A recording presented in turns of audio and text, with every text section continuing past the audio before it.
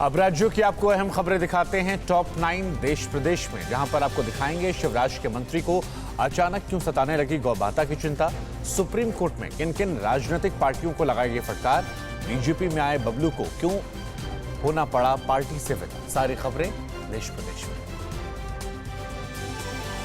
मध्य प्रदेश के मंत्री हरदीप सिंह डंग ने सुझाव दिया है कि चुनाव लड़ने के लिए गाय पालना अनिवार्य होना चाहिए। यही नहीं, डंग ने यह भी कहा कि किसी किसान के पास अगर गाय नहीं है तो रजिस्ट्री करने का अधिकार न हो, जबकि ऐसे सरकारी कर्मचारियों की सैलरी में से गोवंश के लिए 500 रुपए महीना काटा जाए, जिनकी सैलरी 25,000 से ज्यादा है। मंत्री के सुझाव पर कांग्रेस विधायक आरिफ मसूद ने कहा है कि पहले उन्हें गारंटी लेनी होगी कि मेरी मॉब लिंचिंग नहीं होगी।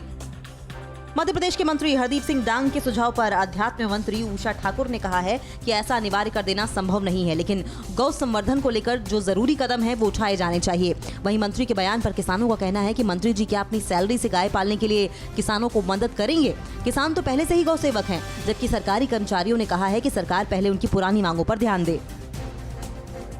उम्मीदवारों के खिलाफ दर्ज आपराधिक केस सार्वजनिक नहीं करने पर सुप्रीम कोर्ट ने बीजेपी, कांग्रेस सहित 9 दलों को दोषी पाया है और इसमें से 8 पर जुर्माना लगाया है। एक रिपोर्ट के मुताबिक आरजेडी, जेडीयू, सीपीआई, एलजेपी पर 1-1 लाख रुपए का जुर्माना लगाया गया है, जबकि सीपीएम और पवार की पार्टी एनसीपी पर 5-5 लाख रुपए का जुर्माना लगाया गया है। पिछले साल के बिहार विधानसभा चुनाव में आदेश का पालन नहीं करने पर यह कार्रवाई की गई है।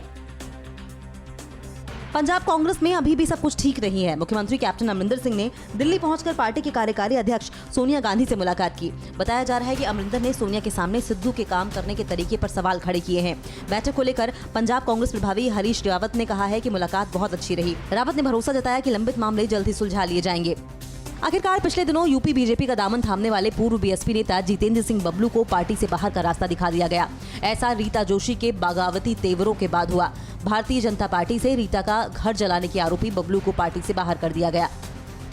नवी मुंबई में एक नाबालिग लड़की ने अपनी मां की हत्या कर दी और वारदात को आत्महत्या दिखाने की कोशिश की।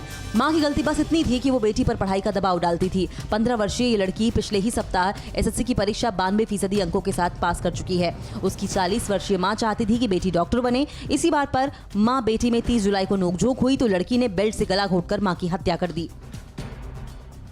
दिल्ली के जंतर मंतर पर भड़काऊ नारेबाजी के मामले में दिल्ली पुलिस ने सुप्रीम कोर्ट के वकील और बीजेपी नेता अश्विनी उपाध्याय समेत 6 लोगों को हिरासत में ले लिया है। इन लोगों में उपाध्याय के अलावा विनोद शर्मा, दीपक सिंह, विनीत, क्रांति, प्रीत सिंह और दीपक शामिल है। दरअसल भारत छोड़ो आंदोलन की वर्षगांठ पर रविवार को जंतर मंतर पर आयोजित किए गए कार्यक्रम के दौरान कुछ लोगों ने कथित तौर पर आपत्तिजनक मुस्लिम विरोधी नारे लगाए। जंतर मंतर पर भड़काऊ नारेबाजी के मामले में हिरासत में लिए गए अश्विनी उपाध्याय ने सफाई दी है। उपाध्याय का कहना है कि उस नारेबाजी से उनका कोई लेना देना नहीं, क्योंकि वो आयोजकों में शामिल नहीं थे। उनका यह भी दावा है कि जब मौके पर भीड़ बढ़ने लगी तो वहां से वो चले गए थे। उपाध्याय ने कहा है कि उन्होंने खुद इस मामले की पहले ही शिकायत की थी। भारी बरसात के चलते इस बार पंजाब में सब्जियों की पैदावार कम हो गई है। ऐसे में दूसरे राज्यों से महंगे भाव पर सब्जियां पंजाब में आ रही हैं। ऐसे में किसानों से लेकर खुदरा सब्जी विक्रेता सभी परेशान हैं, क्योंकि महंगाई की वजह से बाजार में मांग पहले से काफी कम हो गई है। रुक रुक कर हो रही बारिश से सब्जियों की ज्यादातर फसल बर्बाद हो गई है।